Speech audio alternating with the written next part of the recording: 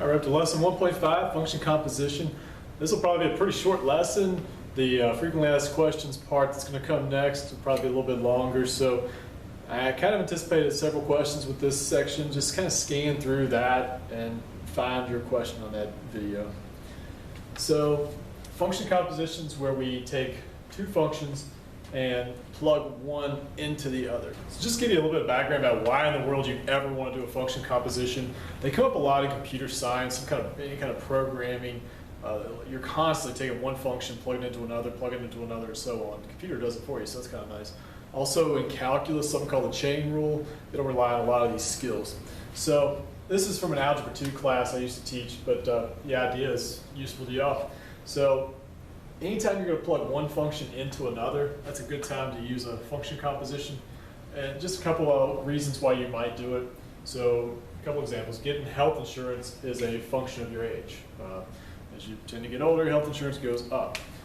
So age is a function of when you were born. So as a company, if I'm designing software for them to calculate someone's insurance policy, well, I need to take their birth date, and then the program's going to take the birth date, turn it into an age. It's going to take that age and run it into some other factors. So hopefully you get the idea. And a second example, getting to work, school is a function of traffic, and traffic is a function of time of day. So again, you could give one input, like time of day, run through a couple scenarios, and ultimately end up at your output, which is what the traffic's going to look like. So on back to our lesson here. Let's say we got two functions, f of x is x squared plus 3x, g of x is 2x plus 3. So find f of g. Now, personally, I've never cared a whole lot for this notation. It's a notation you'll see quite a bit. But I typically just go ahead and rewrite it like this. So it's pronounced f of g, and so is this. So I kind of like this notation better. It's more natural to what we usually do when we plug stuff in. So if this was f of 2, I'd put 2 in for x, but it's f of g of x, so I'm going to put this whole thing, which is g of x, in place of g of x. So 2x plus 3 goes here, and we're going to take f of that. So everywhere I have an x in the f of x function, I'm now going to plug in 2x plus 3. So what I like to do is kind of prep it with everything that's not an x already, and put some parentheses to go. Basically, instead of putting x's, just put parentheses where those are. Probably the easiest way to put it. And now everywhere I have an x, I'm going to put a 2x plus 3. So that's my g of x function. And then we'll work it out and see what we get. Hopefully you remember a little trick to FOIL out 2x plus 3. If not, you can just FOIL it out. But the little trick is 4x squared. You square the first term. You multiply these two together, so 6x. Then you square the last term. That's sort of the little trick when you square a polynomial or binomial. And over here, 3 times 2x is x. That's 9. And we'll wrap it up and pull the shade down just to not distract you with that next one coming up. So in the end here, it's 4x squared plus 12x plus 18. And that is our new function. So just sort of a kind of a quick recap to why we want to do it. Suppose I was trying to find f of g of 2. Okay, well, the slow way is to take 2 and plug into g and see what I get out, get an answer, and then plug that answer into x on this one. This gives us kind of a more direct path. Now I can take, if I want to find f of g of 2, I just put in 2 for x here and I'm done. So it gives us a little more direct. It creates one function out of many. Let's see what happens if we do it the other way around, g of f. Again, I'm going to rewrite that right away in this format. So f of x was x squared plus 3x.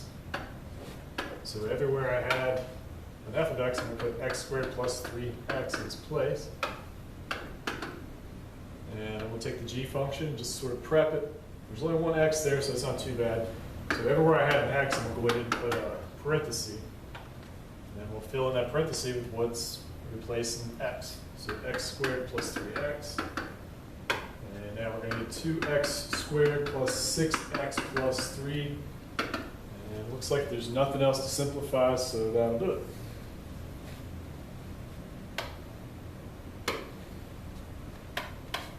You'll have a few problems in the book that ask you to graph or take a graph to find a certain value, certain composition value. So f of g of 6. Okay. So these are two. That one's kind of that's a parabola, but this one's sort of a non-standard type function. It's just and keep in mind a function can come from statistical data, so it doesn't have to be a nice smooth polynomial curve. It can be a zigzaggy thing like this, and that's still a function. That still counts. So we're going to start inside g of 6, and let's figure out what that's going to be. So g of 6, this is my g function. If I put in 6, then I get 5 out. So I can replace g of 6 with a 5, which means I'm going to find f of 5 now. And if I find 5 on the, or plug in 5 for x, I'm going to get 7 out. So 7 is your result on that. And one more just to make sure we get the idea of g of f of 4. All right, so this time I'm plugging in 4 for f first. All right, f of 4 is going to be 3. So I'm going to replace f of 4 with a 3 because that's what it equals. And then I'm going to find g of 3. So go over to 3, come up to what it is on the y-axis, and that's going to be 2.